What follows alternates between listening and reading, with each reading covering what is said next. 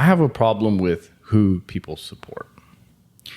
And let me rephrase that. It's not actually so much of who they're supporting, it's who is supporting someone.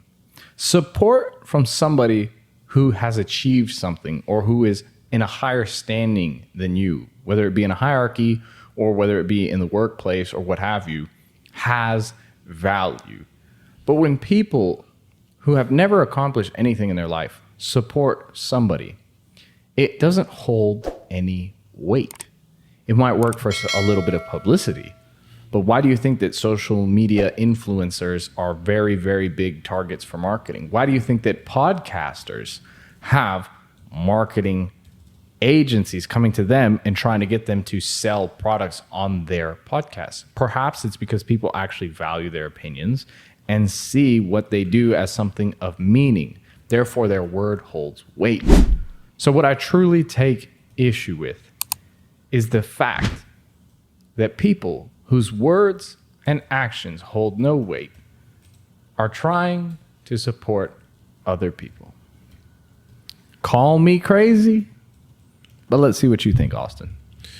Jose, when's the last time that you've seen someone our age supporting a nice, lovely marriage with 2 kids? Not even once, actually. Really? Yeah. Think to yourselves, audience, when's the last time that you saw someone, and if you saw someone, when's the last time you saw multiple people supporting healthy relationships, healthy marriages, kids, I don't know. Realistic body standards. Yes, realistic body standards, things like that. When's the last time that you saw people supporting that in abundance? The answer to that is probably not many. Few and far in between. Why is that? Why don't people support that? Because people these days, and it might be something relatively historical, people, I'd say, don't like to support things that they don't deem as cool. Now, society has trained us and taught us to believe certain things are cool. As of right now, you know what's cool? Fake asses, fake bodies, being single, going out to the club, drinking with friends, doing drugs, not focusing on trying to be an entrepreneur and building your own business, but going to work and just having that pay for all the fun that you like to do and go on vacations and having people pay for stuff for you, as opposed to you paying for it because, hey, if I can exploit someone and they're using me to come out here on a trip, I'll do that. I get to use them to go somewhere where I couldn't afford to go by myself. I'll do it. That's cool to people. So you'll notice, and we've noticed it as well, that people don't tend to support things that they think aren't cool. And normally the things that they think aren't cool are things that they don't understand. Now, the founder of NVIDIA, I forgot his name.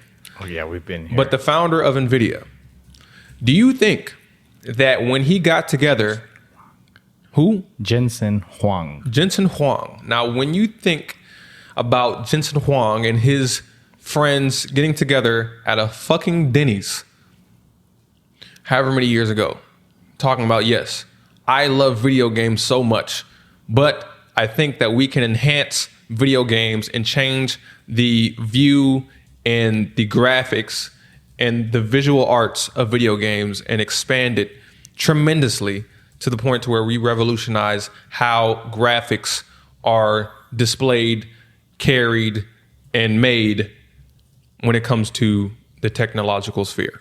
And leave it as a $3.13 trillion company as of July 12th of 2024. Wait a second, Jose. You're right, though. But here's the thing about that. Now, when people see that $3.1 trillion, you know what that means? You know what that equals? $3.1 trillion equals cool, right? But when they had that same idea that generated $3.1 trillion, however many years ago, when they were at Denny's looking like nerds to you, wasn't cool. That was not cool at all. No, sir. Who are these fucking losers, huh? Doing some crazy ass shit in fucking Denny's. Pfft.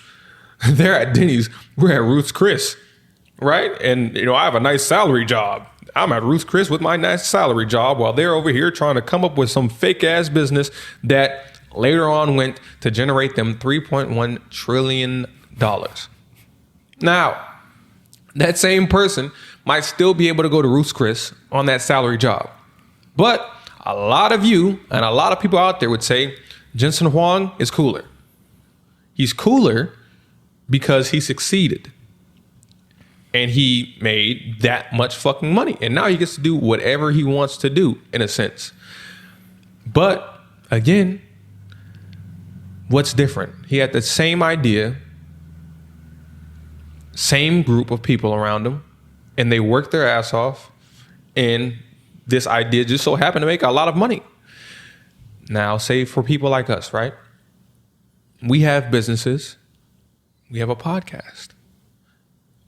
Doing fairly well, right? Business is doing fairly well as well. Mm-hmm. However, are people coming out in droves to support us? No. Why? We have a lot of people that like us as people, but are they coming out to support our business as much as we believe they could? No. Why? In my opinion, I think it's because they don't understand what we're doing. It's not cool. It's not a run club. A run club is all the rave right now. So if someone's friend comes out with a run club and gets a band of women to come out, that's going to be deemed as cool. Interesting. That's going to be deemed as cool to most people because that's what's in nowadays. But if you have a business that no one understands and no one understands how you make money or if you make money, where you make money and all the complexities of this business and how hard you work, they're not going to say that's cool, and they're not going to want to support you. However, get a little traction. Get some viewership. I guarantee you that support from them will go up. Why? Because people are like sheep.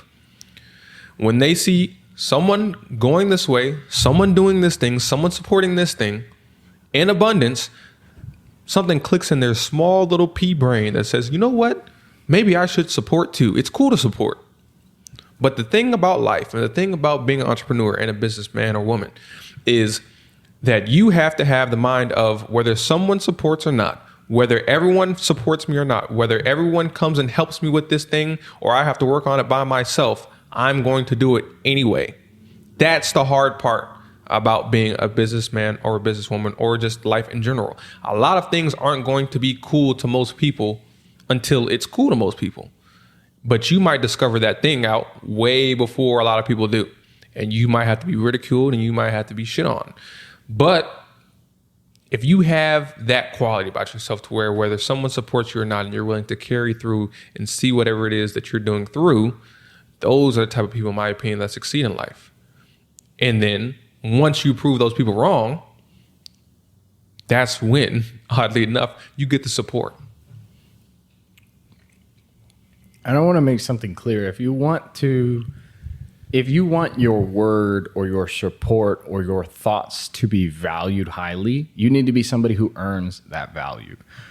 We had this conversation off camera right before we started about how really whatever we support, people will look at because of who we are and what we've done and what we represent and what we stand for. You build an image and a brand, whether you're trying to or not trying to, and that resounds with your network. And that's why they say you surround yourself with the people that you want to be and be associated with. Everybody who we surround ourselves with is a representation of us and vice versa. And that's why, for example, choosing a partner is so important, because whether they have a positive or negative image is going to directly influence how people look at you. And I have this quote, because let me give you a little backstory behind this quote. Day before yesterday, 2 days ago, a brother of ours gave me a shirt. Okay. I posted it on my Instagram story the next day. Well, what happened? Somebody wanted to purchase the shirt. Beautiful. Today, I got a haircut from a younger gentleman who's training to be a barber. He did a good job. I told him to tag me in a post. He tagged me in a post. I reposted it. And then I made my own little video of me saying, look at this fade. By the way, look at this fade. It's pretty good. Fresh fade. Exactly. And I was like, y'all hit your boy up, support your community, support your youngins, take care of your people. Shout out to this barber. Y'all, here's his Instagram, hit him up. Lo and behold, in less than 1 hour, he's got a client. Okay? Now, I'm not just some chum slum bum, okay? But I'm not anybody. I'm just doing better than I was last year. And certain people recognize that and see that, and they respect that. So they will trust in my word. They'll trust in my actions. They'll trust in the recommendations that I give. And that's because I've earned that right. So you should too. Now, here's a quote from Rick Ross that I totally agree with. And I think Austin can vouch for the fact that I've been doing this to where I'll just support our homies and start reposting random bullshit because it's my homies. And Rick Ross says, he's talking about how people don't like their friends' shit when they see it on their feed because they don't want to be caught supporting things that other people might not support. Well, Rick Ross says, when I see my people, I don't even listen to their shit. I like it. If that's my homie and that's what he's on, I'm with him too. I like it. He doesn't give a damn. It doesn't matter. If that's your G, if that's your homie, if that's part of your tribe, man, you got to support them all the fucking way within reason. Why? Because why the fuck not? Why would you not support your brothers and sisters unconditionally when you believe in their mission and who they are? Where did we get to the point in society where we support a run club, but we don't support our family and our friends? How are we going to be more vocal about small little events like happy hour, like a wine launch or a tequila launch or a fucking boat party or a random bitch's birthday? Why are we going to be more vocal and supportive of that than the people who are actually trying to do things and change the world? It's beyond me. Why? Oh, because it's cool to support those things. It's cool to support the big adventures, the barge parties, the bar downtown that's giving you free bottles because you're supporting it. It's cool to support what's trendy, like these run clubs. It's cool to support these little things that everybody is raving about. But it's not cool to support the things that happen after hours, in the dark, take years to see fruition. It's not cool. And you know why I feel like they do that? Why? Because if you notice, I think the people who exclude people from their circles are the same people that want to be included more than anybody else. So in my opinion, there's people who deem certain things as cool, deem certain clubs as cool, certain places where, oh yeah, I can get in there, but you can't get in there, right? They value that so much because they're not complete enough in themselves to say, I can be on my own, or I could do this by myself, or I can enjoy this certain thing that I like that most people don't like. I'll enjoy it. They want to say, hey, I'm in this group where we all enjoy this thing, and I want to be a part of it, and I want to be praised because I'm a part of it. Now, of course, there's good reason for people to be in certain social groups because, you know, they share certain sentiments and whatnot. But I feel like there's also a large group of people who are a part of those same groups just because they don't want to be left out. They want to be included. And same thing comes to support. They want to support everything that everyone else is supporting because then they feel included. They feel like they're in a group. They feel like they're taken care of. They feel like they're not alone in this world. But when you step out on that limb, when you step out on a leap of faith and say, this might be something that I like, but I don't know if a lot of people are going to like it. Most people would say, you know what, fuck that. I'm going to just go back here and hang out with everybody else. But very few say, I'm going to do it regardless. I'm going to like what I like regardless. And to me, that's why a lot of people don't support, because they're scared to support how Rick Ross supports. They're scared to support someone that they know or someone that they care about, quote unquote, kind of blindly, because they don't want to be seen in a negative light. They rather keep their self-image that they believe that they work so hard to attain, as opposed to supporting someone who might deem or who might make them look as not as cool. But to me, cool is being able to go to any room where your family is, your friends are, and your business partners are, and you get respect from them. And you know how you get respect from people? By putting money where your mouth is, and by showing love, by showing support, by showing altruism, the unselfish concern for the welfare of others, for you that may not know. And when you do this, people see you as cooler than fucking ever. Certain people. It's a small minority, but that small minority is the team, the group, the brothers and sisters around you that's going to help propel you to new heights. Everyone else is trying to fit in with the majority. And just like the majority, they'll have their lackluster life, and when they get to fucking 60, they're going to regret all the things that they carried out in life because they were just following the crowd. But if you keep that small crowd around you who do support you and what you do, and not worried about being fucking excluded in some shit because they're included in this thing called support, a support group. And when I say support group, not how people are like, oh, it's a support group for, mental health and fucking going to the gym we and pet whatever. dogs. Exactly. No. Support group for helping each other be successful. How the fuck can you not win? The Mayfield Mastermind. Mayfield Mastermind. So those are the people that you should look for support from, in my opinion. The small group, it might be one or two people. It might just be me and Jose. But you have someone. Everyone else is trying to fucking be cool. And it's going to take them years to figure out that what you're doing truly is something of value. But by the time they figure that out, it's going to be fucking too late, because you have realized that you don't even need their support in order to get to some level of success. And to me, once you figure that out, that's so freeing, because everyone is relying on the majority to do something. But when you realize that you can do this with a small group, a small team, and you can reach heights that you never thought that you could before, to me, it's very hard to beat you. You're almost unbeatable.